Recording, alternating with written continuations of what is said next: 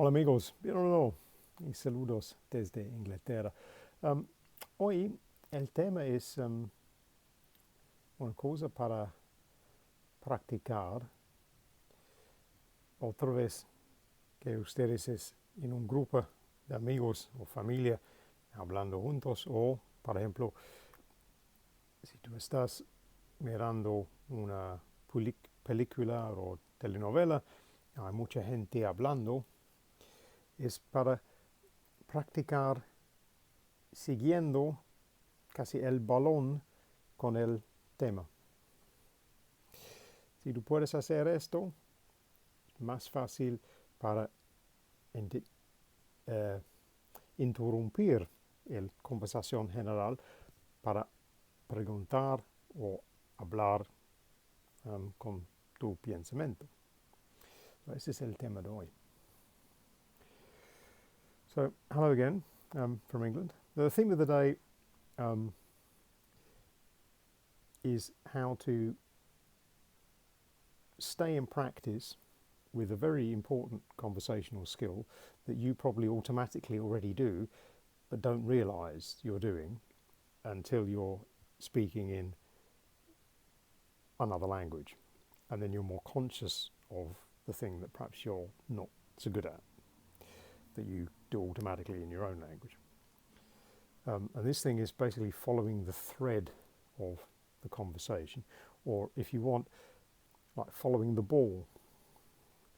Because I know my experience when I first started learning Spanish with my family in Colombia, lots of people talking together, and it's like trying to follow the ball, if you like, who's talking, the theme that's moving around. How do you follow that? But in a way, that's the thing that gets you into the conversation, because once you get used to picking up what is the ball, what's the key point, what's the thing that we are talking about, what's that key word or phrase or thing that we're talking about, then you can follow it more easily. And it's easier for you then to either understand what's going on, but also easier for you to interrupt, to add something to that conversation or ask a question about it. And this came back to my mind today because I was meeting up with some friends of mine I haven't seen in a while. And I realised that, in fact, that's exactly what we're doing. One of us is talking, the rest of us kind of listening to that, and then we're literally following the ball, if you like, of that conversation, the theme that's going around, and it's to see if anyone's got anything to add before they give it back. Until that person's finished, and it's your turn to add something. So if you think of it like that, it's a bit of a game, because until our vocabulary really improves quite a lot, we have to do a lot of listening. So we do a lot of listening just to try and keep pace with what's going on in the new language, in that conversation. But if you look at it as, I'm going to follow the ball, and let's see where it's going, and then pick a point where you want to take the ball, or the theme of the conversation, and add something to it, or ask a question about it. So it's a way of practicing kind of like your active listening. So sit there and try not to tune out too much, focus on what's going on, see if you can follow the ball of the conversation, if you like, follow where it's going, and now and again take the ball, ask a question, add a comment to it, and then give it back.